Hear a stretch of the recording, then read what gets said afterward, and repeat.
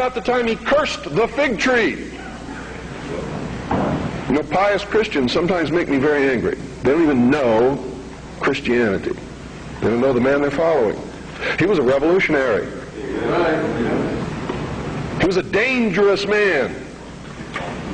And by God, so am I. And so should you be. This country was founded by dangerous men. Amen. And the moment the people in this country cease to be dangerous men, it's going to be the day we cease to have a country. Their whole goal with this philosophy is to teach all men and women that the only end of life is to seek the utmost pleasure and happiness that you can get out of it, because when you die, there's nothing else. That's what they teach. That's what they want you to be. They don't want laws against sexual promiscuity. That's why they don't want families. That's why they don't want marriage. That's why they encourage homosexuality. There's a method to their madness. There's really not much method to yours, because you're operating from a place of ignorance. And until you change that, you're going to be bumbling around, bumping into each other, saying and doing the wrong things, not understanding the nature of your enemy. And if you don't understand the nature of your enemy and the weapons they use, you cannot fight that enemy. You can't fight the battle. You shouldn't even be on the battlefield. That's why you're losing the war. And don't tell me you're not, because I'm in a place of great knowledge about who's winning and who's losing this war. And I can assure you, you're losing the war. Doesn't mean it can't be turned around. But it'll never be turned around until you learn what you need to know. You don't even recognize half the weapons that they use against you. And some of them seem so insignificant that you don't even try.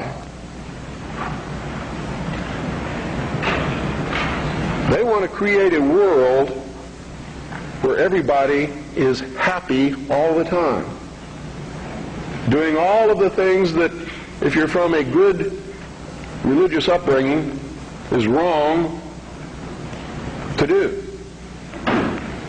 If you're not from a religious upbringing, but you have a good brain and you understand the purpose of morals and ethics, it's still the wrong thing to do. If you're a thinking person. And then the priests had an army. Oh boy, weren't they happy with that?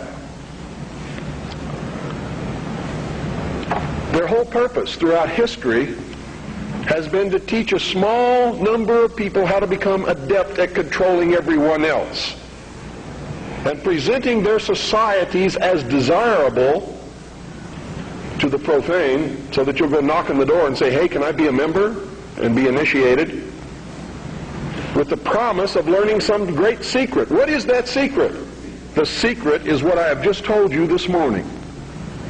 The secret is how to control everybody else. And you never understand how to control everybody else until you get to the top of this pyramid of initiation. Most people never make it past the third step. All above that are carefully chosen and nurtured and taught. And Americans for all these years have been looking around for the enemy. They've never been able to find an enemy. So those who control them were able to control them even better by giving them an enemy. That's what Stalin and Churchill and Roosevelt determined at Yalta. Who was going to be the enemy post-war? Turned out to be Stalin. And there was going to be this phony Cold War, so that the population would never discover the real enemy. And I'm talking about the population of the Soviet Union as well as the rest of the world. You see, the enemy has always been here. It's your uncle, your aunt, your father, your mother, your brother, your sister, your nephew, your nieces, who belong to the fraternal orders collectively known as the mysteries, the very highest degrees of which, combined together, make up a secret order known as the Illuminati. Their goal is to destroy all existing religions save theirs, all existing governments save theirs, and shackle the mob in a system of eternal oppressive debt chained to a computer for the rest of their life, in a propagandized world to make them believe that they are happy in this system. Now, do you think they're succeeding? Yes. Haven't I described to you just now exactly what is going on in the world today? Yes, they're succeeding. They're succeeding because the American people don't understand their enemy. They don't even know what's happening. People were extolling the virtues of Pat Buchanan and actually considering voting for that man for president, and he sent them all a postcard. And on the front of that postcard, he identified himself as a high priest of the mysteries. Because on the front of his Christmas cards that he sent to all of his followers was the penis of Osiris, the phallus, the obelisk, with a nice red bow tied around the base which represented the testes. You know what he was saying to you? Are there any children in here? He was saying, he was laughing at you. And so was every other member of the Illuminati. He was a highly degreed member of the sovereign and military order of the Knights of Malta, which was taken over in the Peasants' Revolt in England by the Knights Templars, who had sworn revenge upon the old Hospitallers of St. John's, which later became the Knights of Malta because of their role in the suppression of the Templars. How many of you watch Trinity Network?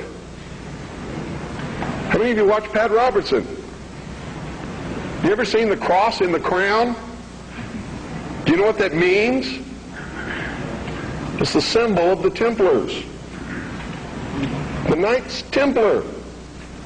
It is the symbol of the unification of the church and the government over the people. Is that what you want? Every time any church gets control of government, the people suffer. It has always happened. That's why our founding fathers established a country where that was not supposed to happen, where everybody was free to worship at the altar of their choice. And if you think they were all of one mind, you better think again. How many religions of the Protestant group do you think existed in this country when our founding fathers put together the Constitution? Over 1,500 different groups, all claiming they were right, teaching a different dogma, quoting Scripture to justify what they said, and everybody else was going to hell. So don't give me this Christian nation bullshit, because that's what it is. This nation reflected Christian values because the people who made up the government in the early days were Christian, but none of them agreed with each other, and they still don't today. They very seldom ever have. What do you mean by Christian? Seventh-day Adventist? Branch Davidian? We need to do some serious evaluating, some very serious checking out of agendas. You really want to take over the government and make it a theocracy? Because I'm going to tell you exactly what's going to happen if you do that. You're going to burn people at the stake who disagree with you. And if that happens, I'm going to have to take up arms all over again. And so will many of you, because you're going to be persecuted. You see? Because whichever one controls the government, you're going to have to conform to that teaching, and if you don't believe in it, you're a heretic. Do you understand what I'm talking about? What is our common bond truly? Freedom.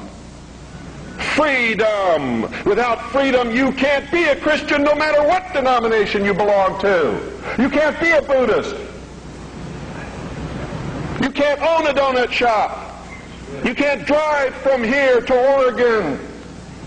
You can't be an American, because that's what it's all about, and that's the only thing that it's all about. Nothing else. Nothing else. It's about freedom.